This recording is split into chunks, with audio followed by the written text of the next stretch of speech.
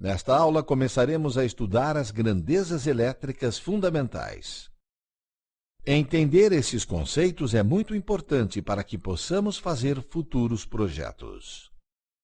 Começaremos estudando os conceitos de carga elétrica, corrente elétrica e tensão. Vejamos então quais são essas grandezas. Para começarmos a estudar elétrica, primeiro precisamos voltar lá nas aulinhas de física do segundo grau.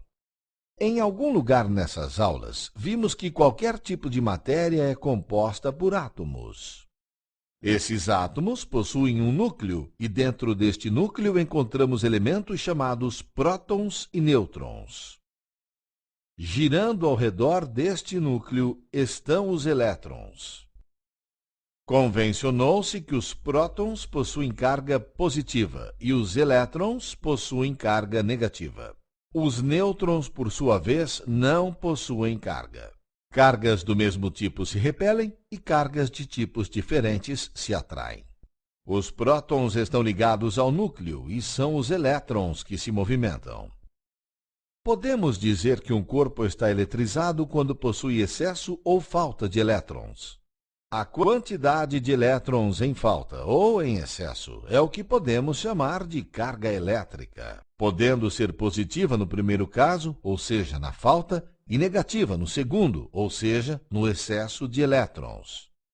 Experimentalmente, estabeleceu-se uma unidade para a medição de carga elétrica, denominada de Coulomb, sendo a carga de um elétron E igual a 1,6 vezes 10 elevado a menos 19 coulombs. Entendido o que é carga elétrica, passamos ao conceito de corrente elétrica. O deslocamento de cargas dentro de um condutor é chamado de corrente elétrica, que nada mais é do que o fluxo de cargas por unidade de tempo. Sua unidade é o ampere, A sendo igual 1 ampere igual 1 coulomb por segundo. Para que exista circulação de cargas, ou seja, corrente, é necessário que exista uma diferença de potencial. Podemos fazer uma analogia entre a corrente e o fluxo de água de uma tubulação.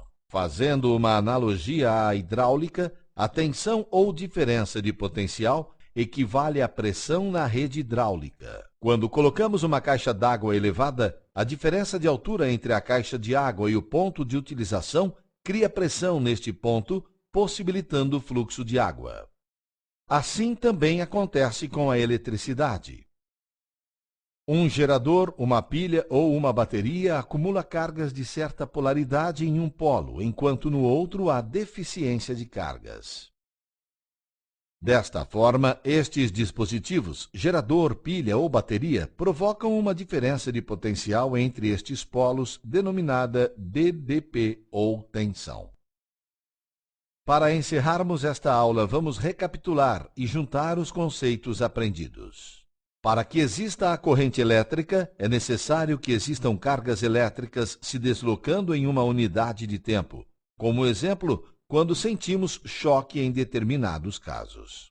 Também é necessário que tenhamos uma tensão, ou seja, uma diferença entre a falta de carga em um ponto e o excesso em outro. Nas próximas aulas, veremos os conceitos de resistência, potência e energia, complementando as grandezas que vimos nesta aula.